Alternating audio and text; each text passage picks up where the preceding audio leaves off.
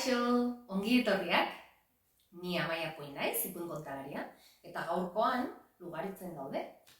Lugaritzeko liburutegian, ezagutzen duzuen? Ez? Ba, etorri ezagutzera. Bueno, kontatuko dizuedan ipuin irlandarra da, herrikoia, eta izena du oiotxo gorria eta azeria. Prestaudete, bagoaz? Ederki. Baziren behin oiotxo gorri bat, katutxo bat, eta xagutxo bat, hirurak bizi ziren elkarrekin, etxe berdinean. Oiotxo gorria egoten zen, esiaren atzean. Katutxoa egoten zen, zestutxurian. Eta xagutxoa berriz, zulo beltzean. Hirurak oso pozik bizi ziren elkarrekin. Goiz batean, oiotxo gorria jaiki eta galdetu zuen. Zuetako nork lagunduko ditzalan erratza pasatzen? Nik ez, erantzun zuen katuak. Nik ere ez, erantzun zuen xaguak. Eta oiotxo gorriak esan zuen. Nik egingo dut ba. Eta salan erratza pasatzen hasi zen.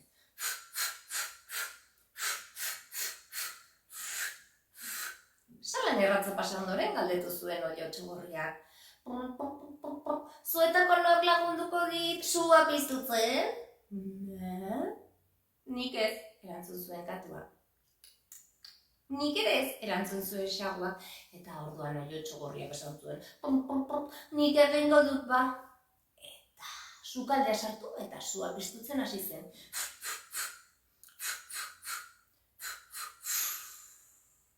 Sua piztu ondoren galdetu zuen oiotxo gorriak. Zuetako nork lagunduko dit gosaria prestatzen? Nik ez, erantzun zuen katuak. Nik ere ez, erantzun zuen xaguak, eta orduan oiotxo gorriak esan zuen. Nik egingo dut ba, sukaldean sartu eta 3 arrautza jarri zituen. Frijitu, eta maila eraman zituen platera. Eta galdetu zuen. Nork hartuko du gosaria nirekin? Eta katuak erantzun zuen. Nik noski. Eta xaguak erantzun zuen. Nik ere bai noski. Baina oiotxo gorriak erantzun zion. Ez, neronek bakarrik hartuko dut gosaria. Eta gosaltzen hasi zen. Katuak eta xaguak begiratu zioten. Eta oiotxo gorriak begiratu eta pena pixka bat sentitu zuen, eta kupidatu zen bere gitaz eta esan zien. Tira, gozatu dezakezuen nirekin, baldin eta aurrerantzean beti laguntzen badidazue. Hala egingo dut bai, erantzun zuen katuak. Nik ere hala egingo dut bai, erantzun zuen xaguak eta eseri ziren mahaira. Eta hasi ziren gozaltzen, dena jantzuten, oso goxoa baitzegoen. Eta hoi bezala, oiotxo gorria, maitik jaiki eta salto egin zuen lehiora. Lehiora zabalduta badakizuen nor ikusi zuen. Azeria bai. Azeria datorrela, iskutatu zen, esiaren atzean. Baina katutxoak ere ikusi nahi zuen, ea hori egia ote zen, eta gozen lehiora eta hasi zen garrazika, azeria dator, eta xestutxurian iskutatu zen. Baina xagutxoak ere ikusi nahi zuen, ea hori egia ote zen. Eta gozen lehiora eta azeria dator, iskutatu zen zulotxoan. Azeria bazetorren bai.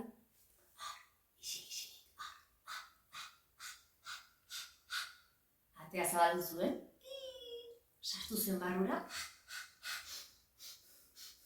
Oiotxo gorri, katutxo, xagutxo, egunon, ea, zuetako nork egingo dit azka azalean? Nik ez, erantzun zuen katuak. Nik ere ez, erantzun zuen xaguak. Oiotxo gorriak esan zuen, nik egingo dut ba. Eta esiaren atzetik jauzi bat eman, Eta ateratzerakoan, gerturatu zitzaion azeriari azka egitera.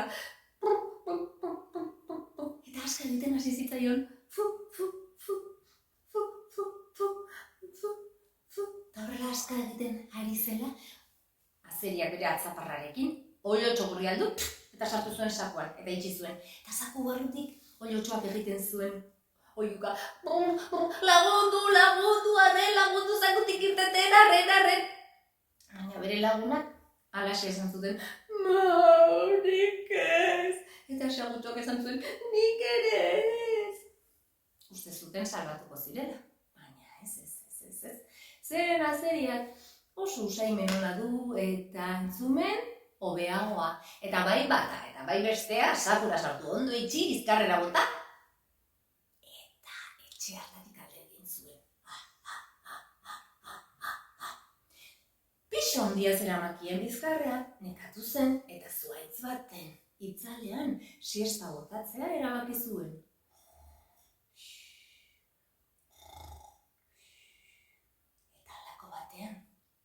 Oilotxo gorriak, egapetik, atera zituen, gura izea. Jostorratza. Eta aria.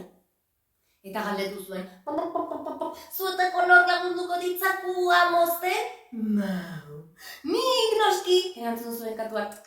Nik ere bai noski, erantzun zuen saguak. Eta hirurak, indar baturik, zakua mozten hasi ziren.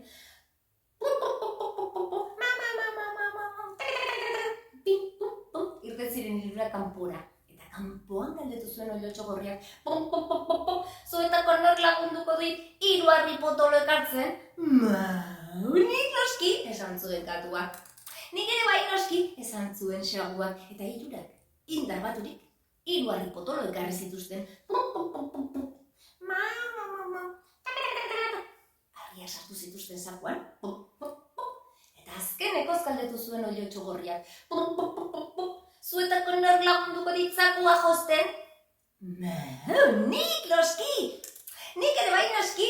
Erantzun zuten katuak eta saguak eta hirurak, indar baturik, zakua josten hasi ziren.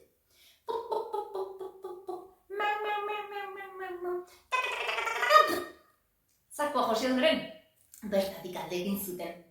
Eta badakizu ezer, handik aurrera, bai katuak eta bai saguak, beti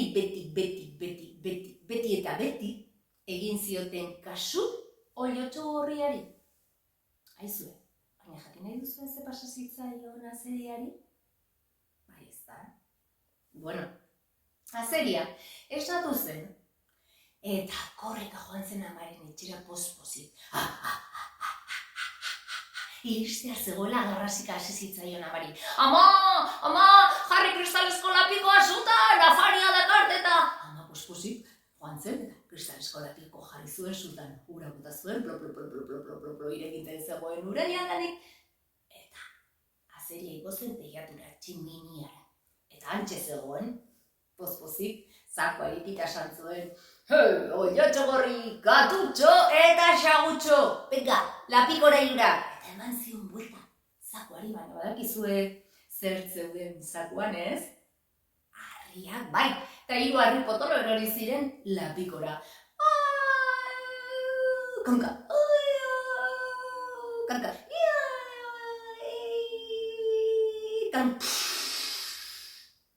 kristalesko lapikoa mila busketetan apurtu zen.